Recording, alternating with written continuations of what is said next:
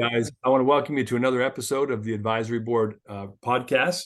That's where we bring franchise experts in that have alternate perspectives and can give you actionable advice that make a franchise system, make your units more successful, help with your franchise development efforts. So I've got a great guest with me today. I've got Lowry Akers. He's been in the industry about 7 years. Was one of the first employees at Crumble Cookies, and he's been a franchisee. And he's also the co-founder. Well, I should know he's a founder and CEO of Briidge Syndicates. The reason I wanted to have him on is because they're a group that specializes in alternative funding for franchisees to grow their businesses. And so we're going to dive into that in a minute. But also a couple cool things about Lowry. He's a multi-sport collegiate athlete. So he played football at Snow College, played baseball at Utah Valley University. He's actually local. I never get to talk to people who live in my backyard on the podcast. So also father of three kids, got a 4-month-old boy and a couple of girls. So Lowry, tell us a little bit more about yourself, about Briidge Syndicates, and then let's jump right in. Cool. Yeah, Dave, thanks for having me. Like I told you, this is the first podcast that I've been on. And so I told my wife this morning, I said, hopefully I don't sound like a doofus. So excited to be here. Yeah, a little bit about like my background, like you mentioned, I've been in franchising since 2016. Started out with a multi-unit franchisee of Jimmy John's. They had about 23 locations when I started with them, worked with them for about 3 years. And they're currently at 35 plus locations. I left that group and I joined Crumble Cookies in early 2019. One of the first 10 employees there, managed the build out and construction and the onboarding of new franchisees, and then eventually the franchise development. So I got a lot of experience, on the franchisee side of things, and then on the franchisor. So I've seen things from both sides of the table. When I started at Crumble, I had come from the Jimmy John's group and wanted to become a franchisee. I saw the life that they had lived. The owners there were 3 or 4 years older than me. And I saw the freedom and the life that they had, and I wanted that. And I saw that franchising was a way to get that. Mm-hmm. And so I started down the route of becoming a Crumble franchisee. It was my brother and I, and we were wanting to go and do 3 locations out in the Atlanta, Georgia area. And at the time, I mean, that's a little over $1 million commitment to go and open 3 locations, right? 1.2 plus. And we didn't have that capital, right? So we were the undercapitalized operator and franchisee. And we tried going the route of SBA financing and just didn't qualify. We didn't meet some of the criteria that they had to get financing. And so our only option was to go and find private capital. And so we were pitching investors, and we ended up getting to the 1 yard line with an investor. And then COVID happened. And we were ready to go, had agreed on terms, and COVID kind of shut everything down, and all the lockdowns kind of gave the investor cold feet. And so we were back to square one, and we ended up finding some partners and got some locations open out in the Atlanta area. But it was a challenge to do that. And we realized that there were a lot of other people who wanted to get into franchise ownership, who were just like us, that were undercapitalized, wanted to be the owner, but didn't have access to capital or didn't qualify for financing and didn't know investors or know how to start those conversations. And so we wanted to help them get into franchise ownership. And the way that we thought about doing that was connecting them with the other side of the table, the investors who wanted to own franchises, but not do any of the day-to-day work and management. And so we started Briidge Syndicates with that idea to connect the undercapitalized operators with investors and help create more franchise owners. Yeah, so I love that. I love that because there's so many people right now that want to own franchises or invest in businesses because it's the most successful way to manage your money as we're obviously looking at some headwinds in the economy, right? So tons, doctors, attorneys, high net worth individuals, people with a lot of money in the market are moving that, liquidating it, and then they want to put it somewhere else. Holding cash is a dumb idea right now. So it's a great time, I think, for us to have this conversation. Can we describe this a little bit? So alternative funding, a lot of people, including many franchisors, have no idea what this means. They haven't done this before. I've been involved I've got some friends that do a ton of special purpose vehicles, a big group out of Salt Lake. So I'm very familiar with this as we've raised capital for Client Tether, years ago. So I'm curious if you wouldn't mind, share with some people maybe a high level overview of of what kind of alternative funding sources do you guys build at Briidge Syndicates? Yeah. And I think that's maybe a good place to start, is define like what a syndication is, right? Or what an SPV is. Most people are familiar with syndications when you're talking about real estate. They've done real estate syndications to go and buy an apartment complex or buy, a multifamily unit. And what it is ultimately is you're pooling capital from several investors to invest in a single asset.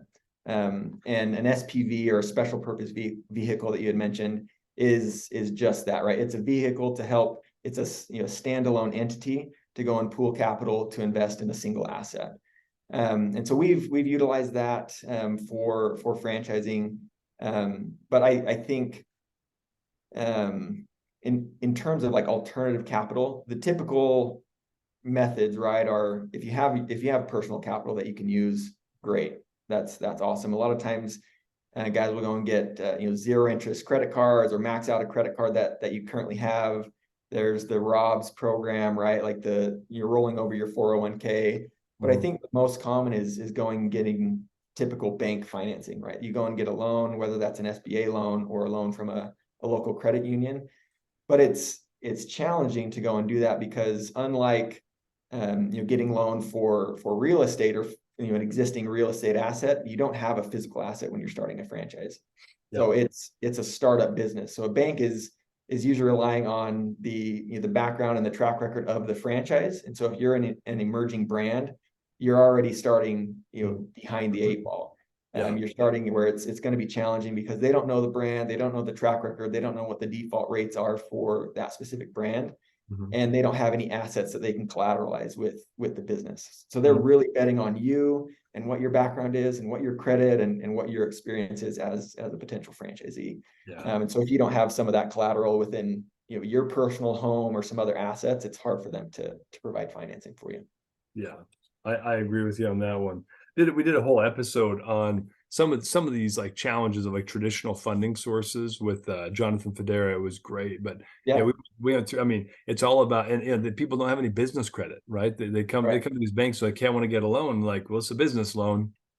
Where's your business credit? And they're like, right, what's that? I'm a 700, and they're like, yeah, it's not even the same scale in business credit. Like, you don't know what you're talking about. So like, that's a big challenge for people. Also trying to get traditional funding for businesses. It's just a slightly different world. Yeah, it is. And there's a couple of things that we've thought of and organized or clarified a little bit as we started Briidge. Is in order to go and be a successful business or start a successful business, I think there's three things that you need. And this is just me, but I've kind of narrowed it down to, you need three things. You need knowledge and experience, and I've kind of built it as a triangle. So the one side of the triangle is knowledge and experience. One side is like the hustle, someone who's actually going to do the work. And then the other side is capital. And if you don't have those three things, you either need to find or partner with someone who has that and who can kind of make up the third piece or the two other pieces. Or you need to utilize a bank. But banks are hard. They have a lot of criteria, especially the SBA, right? They've got a ton of hoops that you have to jump through. It takes a long time. They're very limited in the scope that they can work with. And they're betting all on you. So you have to have a pretty good track record and some business credit in order to go and get that. Or sterling personal credit, and even collateralized. I do know, it's funny because a lot of people don't know this, but even on SBA, they have variable rates with the market and with the current freaking Fed. There should be a hashtag freaking Fed. But remember that Justin Timberlake, the hashtag episode, him and JT, or anyway, it was funny. Him and anyway, we won't digress, but they're variable unless you can lock it in with home equity. Then you can actually get a fixed rate on your SBA loan. But otherwise, it's climbing with the market. So there's also that kind of risk, and the rates right now are like 9%, 9.25% or something. That's like that used to be like a good credit card back in the day. Now it's like the prime plus. It's anyway, it's rough, but so let's break those three things down, because this is a really good focal point for people who want to buy a franchise, for consultants that are trying to get, or franchise brand dev teams are trying to get a candidate ready and groomed for funding. But knowledge and experience, I mean, tell me, if you were a franchisor looking for a candidate, like, what does that mean? Like, what are you looking for with their knowledge and experience, that first leg of the triangle? Yeah, I mean, I think one thing that we focus on anyways is finding someone that has proven success in whatever they're in. It might not necessarily have to be in the industry. So say you're going into a home service, you might not have to be a contractor or have experience as a contractor, but do you have some previous successes in your business, managing people, building a team, hitting or excelling quota? Maybe it's sports and athletics, right? Like, do you have some previous experience of success and winning? Because I think that translates a lot. Like, people who know how to win and know how to succeed can almost pick up anything and figure out a way to win. So Yeah. having some past success and some history of winning, I think is a big one. A lot of times it's experience in the industry or running a business or doing something that requires a similar skill set. Yeah, I agree with you on that one. Tell me, I mean, it's also what I look for when I'm trying to hire someone to join my team. So, Yeah. what about the hustle? Like, how do you assess that? Because that's kind of difficult to determine. If you're looking for a franchisee to buy, how do you assess if they can hustle or work hard? Yeah, and I mean, hustle is kind of the word that we use, but I don't even know if it's necessarily like, hey, you're just grinding all day, every day and like out there working hard, but it's someone that's going to be accountable and responsible for that work getting done, right? So you have to have someone that's in the stores or in the locations, managing the team, thinking about the business and building the business. And that might not require, working 12, 15 hours a day, right? It might just be some strategic thought. You just need to have someone that's ultimately going to be responsible and accountable for that. We look and talk about partnering with guys where sometimes we're the knowledge and the experience behind it, right? With my background in franchising or helping to pick locations or knowing what criteria to look at when you're evaluating a brand, that's some of the things that we can bring to the table. And it might be someone who it's their first kind of entrance into franchising or the world of franchising.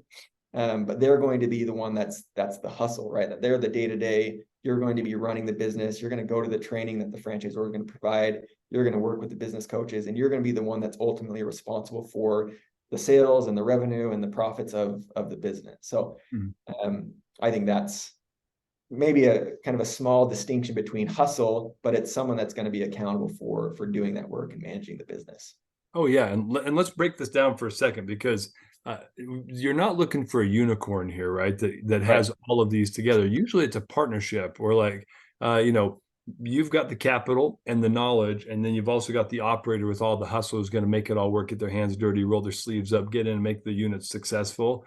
Oftentimes it's two or three people, or it's a family, or it's but you need to make sure that those elements are covered. And if you're looking at buying a franchise, or you're a franchisor looking to sell a franchise, and you've got someone who's got the capital, but you know that they're not going to have the effort, and they're going to put the effort in, because you got 7 other businesses they're running, they're just looking to add you to their portfolio, then you've got to push back and make sure they've got a strategy to get an operator. We almost bought it wasn't a franchise, but it was a dealership. And the only reason I didn't was because we had money lined up. I knew the industry. They were a client of mine. Like I'm kind of in a fortunate position because I see tons of successful franchises, and I'm always like, maybe I should buy a Footprints Floors, or this painting franchise, or that this roofing thing.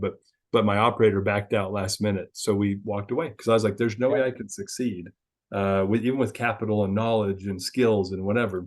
If I don't have someone to do the day-to-day, there's no way. Exactly. Yeah. Hey, let's talk about capital now, because this is really your specialty, right? And we want to circle back. We mentioned what is a special purpose vehicle, an SPV. We talked about what a syndication is, right? But we didn't really dive into how can a franchisor unlock this resource, or a franchise developer who's trying to coach a candidate to get the capital they need. When should they be thinking about this? Let's talk about that. When and why should they be thinking about working Briidge Syndicates and helping you guys, or helping their potential franchisees get capitalized through your tools? Yeah, so I think having a franchisee that's well capitalized going into a brand is going to stand out, and maybe even stand out a little bit better than another franchise candidate, right? To the franchisor. So if you know that someone is well capitalized, because that's a worry for franchisors, is that someone's going to get halfway through this process of building out a location and run out of capital, right? Or maybe they get open, they squeak by with the amount of capital that they have and they get open, but they can't spend any money on ongoing marketing, or they're struggling, making payroll and paying their employees. And so they're understaffed. And so they're not running the business they're not maximizing their potential and the capabilities there. And so having a franchisee that's well capitalized, I think sets you well ahead of the curve, because you can put a lot of money into the initial marketing spend, whether that's grand opening, pre-opening marketing. You can hit the ground running with clients and customers ready to go. And then you can spend kind of the max range of the marketing capital each month, so that you're really increasing sales and you can scale and grow that business a little bit quicker. So I think that's obviously like one of the critical pieces. I think it's one of the biggest challenges to getting into franchising is having the appropriate amounts of capital. And so what we've tried to do, and we've had a lot of conversations with franchisees who want to get into brands, but they either know that they don't have access to capital or won't qualify for loans, or don't want to utilize and go through jumping through the hoops of traditional financing and lending, and so want to use kind of an alternate resource. And we've also talked with a lot of franchisors who want to talk to us as a potential partner for any franchisee that they are going to work with, where they can refer them to us to be well capitalized when they're starting out. But the benefit to having capital lined up and having the appropriate amount is, if you're doing a syndication or an SPV to go and raise capital for a franchise, is you can build in all the contingencies. You can take the item 19s and the item 7 and know what the initial investment is and what your potential for returns are, and say, here's where we realistically can be. Let's build on maybe an extra layer of kind of conservatism, right? And say, let's build in a little bit more margin. Let's have an additional contingency budget. Let's maybe increase our marketing spend a little bit more so that we can hit the ground running and scale a little bit quicker. So you go in with an excess of the amount of capital that you're going to need, so that you can scale appropriately and have the right team, attract the right amount of talent and the quality of talent to really grow the business. And for the franchisor, that's great, because they know you're not going to get halfway through and run out of cash. Well, and this is what happened. You already described this a little bit, right? But we've all seen it. The undercapitalized franchise owners, they like you said, they tend to skimp on the payroll. They tend to skimp on the marketing.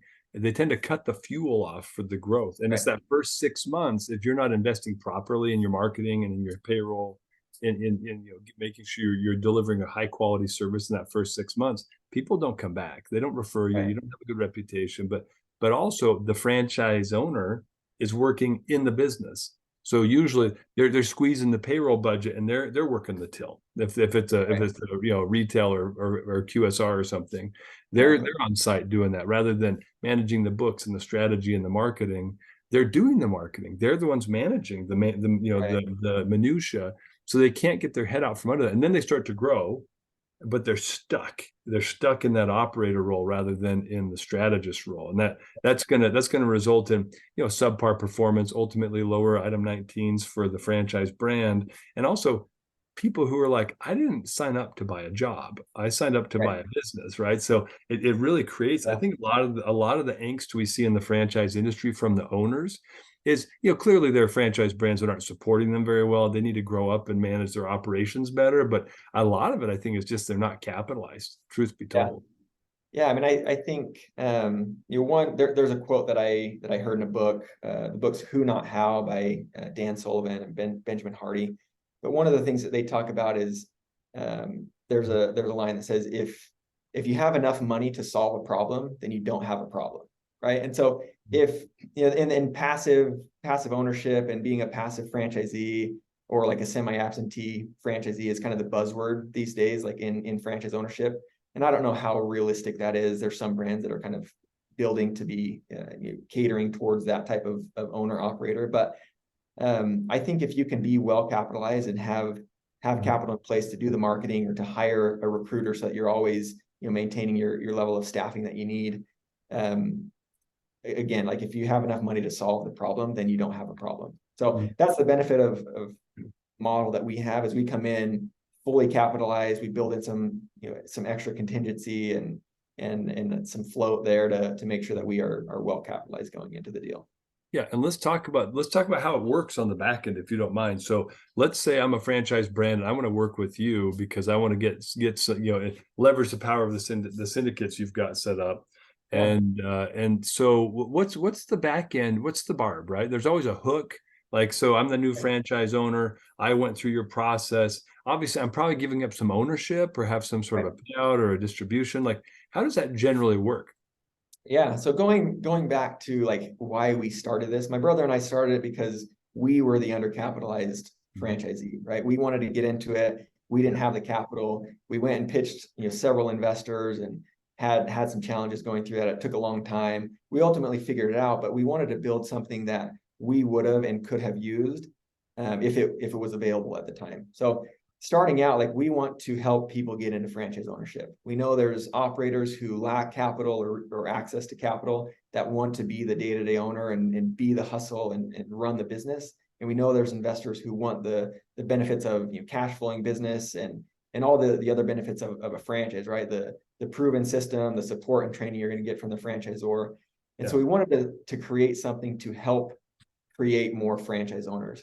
And so we go into these deals, we typically start backwards and say, if we're going to create an investment opportunity, it has to make sense for the investors, or else we're not going to be able to raise the capital for this. So we start backwards and say, we want to, if we have some internal criteria and say, we want to return the total initial investment within 2 to 3 years or 5 years, whatever that may be, we start from that mark and say, what do we need to do in terms of equity and ownership to be able to hit that target? And then that's kind of where we start the conversation with the operator, say, in order to make an appealing investment offering so that we can raise the capital that you need to become a franchise owner, we have to start here, right?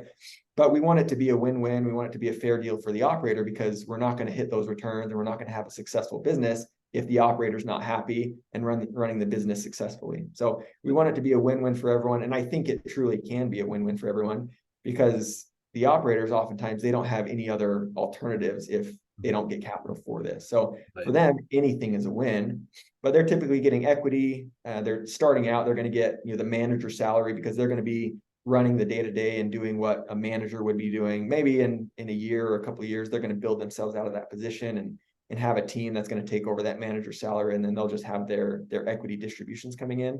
But it's usually, a split. The operator is going to have some equity. We want them to have skin in the game. So if they have, oftentimes we're having them put up their own capital to get into this as well.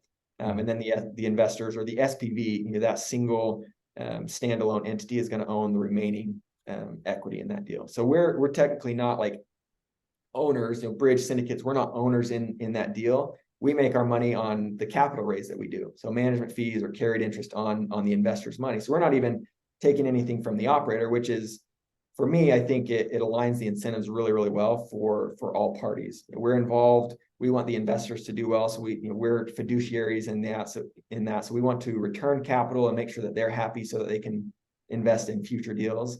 But the operators, we want them to be happy. We want to build an empire and have them be able to grow and have the freedom and the lifestyle that comes with successful franchises.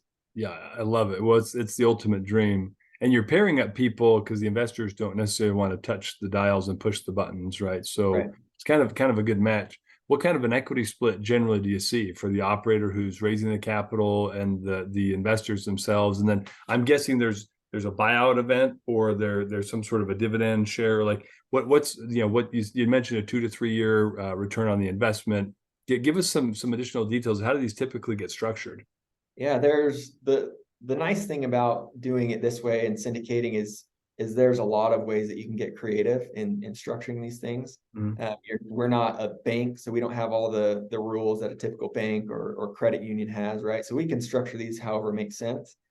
Every deal is going to be a little bit different. We look at kind of any industry. We want to make sure that the deal makes sense, that it's a franchise that's on a good track record and has the potential to be one of those 5% brands, the next Crumble, the next Jimmy John's, right? Like those types of concepts.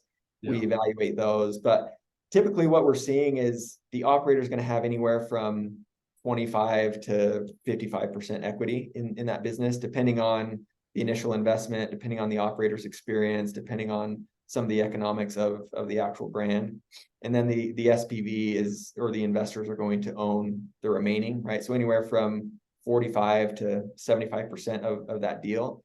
They're going to get their capital returned within 2 to 3 years, usually less than 4 years is what we're targeting. And then typically they can maintain equity in that deal. So for the investors, it's a great deal because they can have ongoing ownership and equity and cash flow from this investment. The operator, they're going to have the same benefits. We've explored some other structures as well where maybe the equity is weighted a little bit heavier for the investors to start until they've received their initial investment back, and then maybe it'll flip flop to more favorable split for the operator. But the investors are going to maintain some equity so that they get their additional return on that investment. So there's a lot of ways that you can structure it. Again, we're kind of evaluating every situation and what the operator's experience and needs and desires are. There's also a lot of other benefits that you wouldn't necessarily think of if you're just looking at one deal. But for example, if we go and do 3 or 4 deals that are all in the same industry or even in the same brand, for example, we then have like a pretty large portfolio of brands there. So if you're going to do a private equity exit down the road, a portfolio of 15 to 20 locations or territories is a lot more appealing than 5 locations. So by just the fact of us doing multiple deals, we can kind of drag along those operators and have an exit where they're getting a higher exit multiple on their business because we package it in a portfolio with multiple other operators. Yeah, that makes sense. Typical, if we could get into the nitty gritty for a second, I assume that the operator, it's going to operate very much like a loan, and that they're going to be paying back on a monthly basis into this SPV. And is that essentially an equity buyback where, they're making these payments and then the equity is going to start to shift back in their favor as they pay it down, or how does that typically work out? Yeah, we've like I said, we've structured a lot of these to where the investors will get their total initial investment back within 2 to 3 years. And so from the start, it might be where 100% of the profit is going to the investors. For those first 2 to 3 years, the manager's living on this manager salary and paying back that investment. And then once that investment is paid back, then they start taking their equity distributions according to whatever their percentage is. So then they have their manager salary plus their equity and profit distributions. And then the investors are only taking their 55 or 75% equity distributions from there, or smaller, right? If it kind of flip flops more in favor of the investor, but they know they've gotten their capital, they're playing with house money at that point, and anything extra is just the additional return on their investment. Yeah. Do you find a lot of the investors want to hold on to a chunk? They say, hey, I want you to pay me back all but 10%. I want to hold on to 10% of this business as you grow it, so I got part of the exit? Or what do you typically so we're typically structuring them to where their equity maintains, right? So they're going to be owners and we're going to be partners in this until there's an exit. Or if there's a conversation down the road where the operators are doing well enough, they've opened enough locations and they want to buy out the investors. Maybe it's 5 years down the road and they're saying, hey, I don't want to sell this and I don't want to be lumped into a big deal with a private equity firm. I just want to continue running this business, these 5 locations that I have. So I'll buy out these investors. We want the investors to, we don't just want to return the investment to the investors, right? Like they want to make an additional investment on their money if they're having money at play for 3 to 5 years. So they need to make some additional, usually they're just maintaining equity. The benefit that we really like franchising as far as like an investable asset is you're getting cash flow, right? So unlike some real estate or private equity where you might have a 5 or a 10-year hold on your money, you're not seeing anything until 10 years later. Franchising is, if you get into a brand, we talked about Rolling Suds and Voda, right, with Dan and Aaron. If you get into one of those and you have cash coming in within 3 months, right? Because you've got some customers started, you've done some pre-opening marketing, you have cash coming in within 3 months. That's great for you to make an investment and already have cash coming back within 3 to 5 months, right? So they're making their money back and then they have ongoing cash flow from that business. Yeah, that is smart. Yeah, there's some brands I know that have like a 9-month ROI on their total franchise investment. But if you're an investor helping somebody get into something like that, you're gonna have great cash flow and then ownership in a profitable business that's got a great net value. Their market cap is going to be awesome. So get into 10 or 12 of those and you've got great cash flow. And talking to the point of the investors, right? The appeal for investors is a lot of times, maybe an investor doesn't have $1 million to go and invest into 3 locations or 3 territories, right? Yeah. So the benefit of an SPV and a syndication is a lot of times it lowers that threshold for investors to where you can open it up and pool capital from multiple people at a lower minimum investment. So we're typically doing a $25,000 to a $50,000 minimum investment versus having to come up with $1 million to get into this. So we pull money from 20 different investors at $25,000 or $50,000 minimum check, where you can own a portion. You might not own the whole thing, but you're going to own a portion. You invested $50,000 and you have equity in a cash flowing business that's going to continue to grow. So that's the other benefit that we like, is it's cash flowing, but it also minimizes the threshold for that actual investment. Yeah, which means you can distribute it across more and minimize the risk. Yeah, there's a lot of value to that. And especially when they start cash flowing, I'm assuming there's kind of a dividend payout to the stakeholders and shareholders. So that's, you take your money, put it to work, and then you're getting a bunch back, and also maintaining your equity, which is a great position to be in. Yeah, exactly. Yeah, cool. It's how you make money and never work again. Right.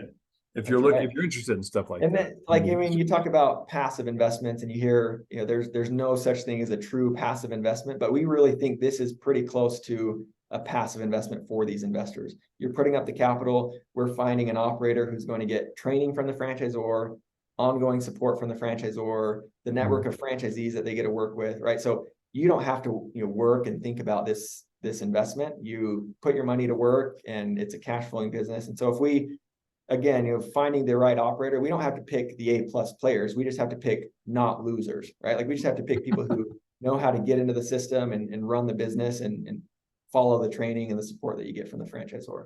Yeah, and it pairs, it has to pair with the right franchise brand, right? Because some franchise brands are just better at it than others. You mentioned Aaron and the team. Talk about a guy that's going to invest heavily in the success of franchises. That's the whole premise of their franchise system, or Dan at Voda, or they're a franchisee company, right? Yeah, exactly. These guys, they follow, what is it, Mark Siebert? He says the first rule of franchising: make your franchisees wildly successful, and then everything else works. You become royalty independent. Like, that's the brand I'm sure you guys are looking at and saying, we can't work with you. We can't work with you. So I'm guessing, tell me about Briidge Syndicates. Do you guys have kind of a franchisor review process where you vet them to make sure they're really qualified for this type of an investment to mitigate risk?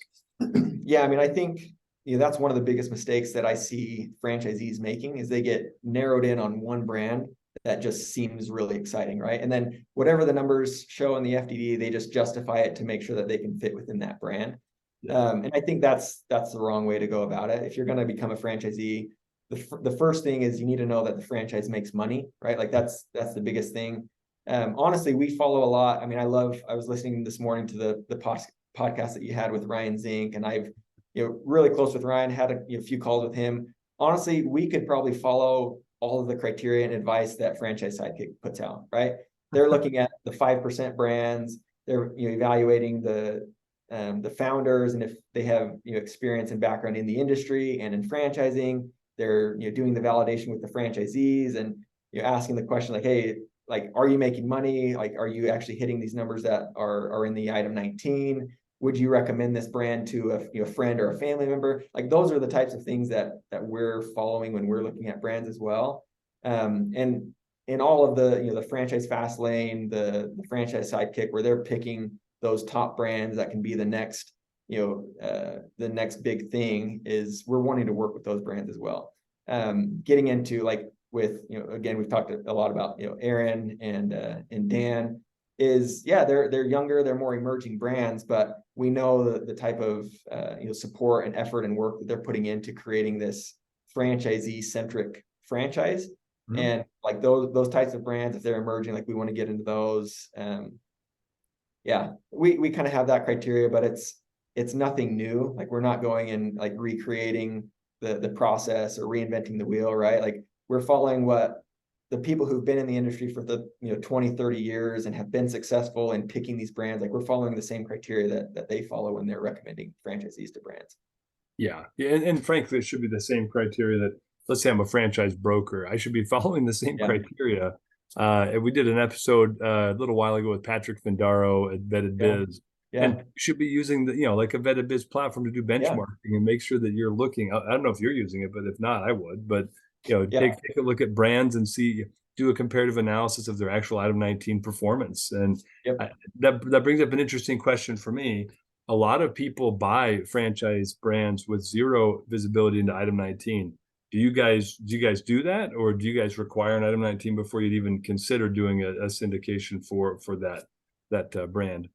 Yeah, it's a good question. I think with the way that we're doing it and having to create some projections and create an investment opportunity, we need to have somewhere to start. We need to have some projections that we can go on.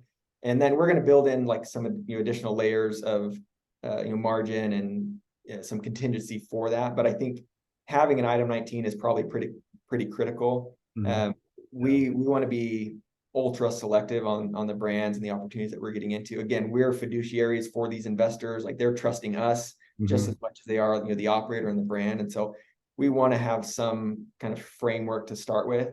And so having item 19 that we can build on and build some projections and build a model on, I think is pretty critical. And I don't know if I would say that if I was just a franchisee going into, I don't know if I would have that specific criteria. Like, there may be some brands that are newer and emerging, and I think there's definitely some value to getting into an emerging brand and getting your pick of the territories and getting the the face time and support that you're going to get from the franchisor and the leadership team early on. But where we're at and the types of deals that we're wanting to do, I think we probably want to be a little bit more established and build more trust with the investors and have some foundation to build on.